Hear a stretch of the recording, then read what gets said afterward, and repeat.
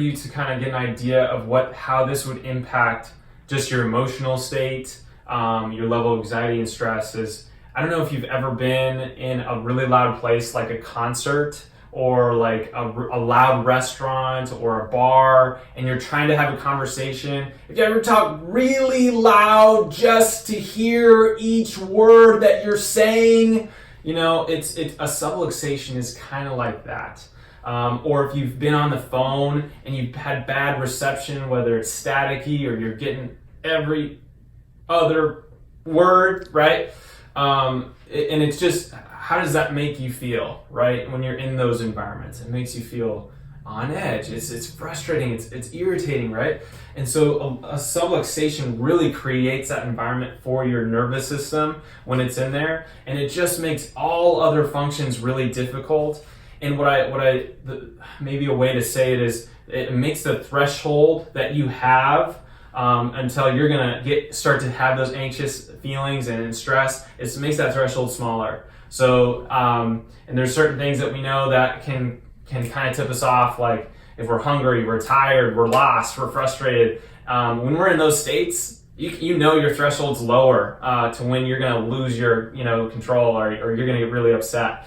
So that subluxation kind of has that same effect on your nervous system. It can affect your hormone balance. It can affect your immune system. It can affect just the ease at which your body operates. And so what I find is, as we address subluxation with people, and we really look on the inside in the X-ray, we really look in specific areas and seeing, hey, where could there be subluxation in the spine, in the neck, in the mid-back, in the lower back, in the pelvis, that could be creating that static, creating that just irritation for things, and lowering a person's threshold. And so they're not responding to the environment as well. That little things that shouldn't make you anxious or make you stressed are now making you anxious. And how can we correct those areas to take pressure off the nervous system, to balance it so we can balance normal function, and that person can start to not going through your days with so much anxiety. And it also, I think it has a positive approach. When the nervous system's functioning better, we just operate better, we sleep better, we have more energy, we move better. We're able to enjoy more of the things that we like to do. We're just working better.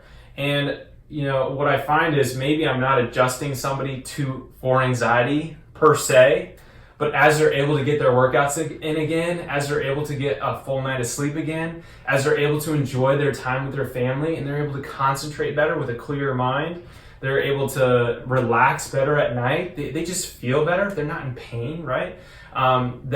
Guess what their capacity does to handle anxiety and stress in their life? They have a whole lot more bandwidth to handle that stuff, right? And so I'm not saying that this is the only area or the only thing that it goes wrong with someone that has anxiety, but I'm saying a nervous system that's irritated and stressed and not allowing the body to respond well to the things that are coming at it, that's gonna add to that, right? And if we can help the nervous system function better, calm it down, help the person to feel more relaxed and just feel better, then that's going to really, really help. I mean, so many times I've seen that. Just to give you a quick example, we had a little boy once. He was probably 5-6 years old. His parents were just at wit's end about his behavior. He was just really easily irritable and just not himself, just acting up, just being, just difficult to manage, not respecting other people, things like that. And they're just like, it's so not like him. It went on for about 18 months, and they tried so many things, and just not seeing progress. And so they brought him here as kind of a last resort.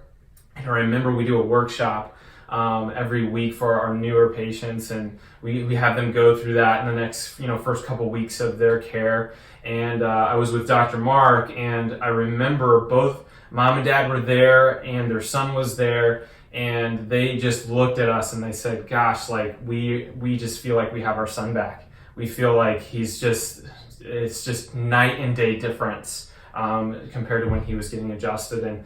And Dr. Mark was not adjusting him for anxiety or behavior problems or lack of attention, ADHD type of symptoms, But as Dr. Mark was able to bring his spine and his nervous system more into balance, he was able to just calm down, and his behavior was totally impacted by that. So I'm not saying that's every case, but in almost every situation, a person with a healthier nervous system is going to have more capacity to take on this issue of anxiety they're dealing with.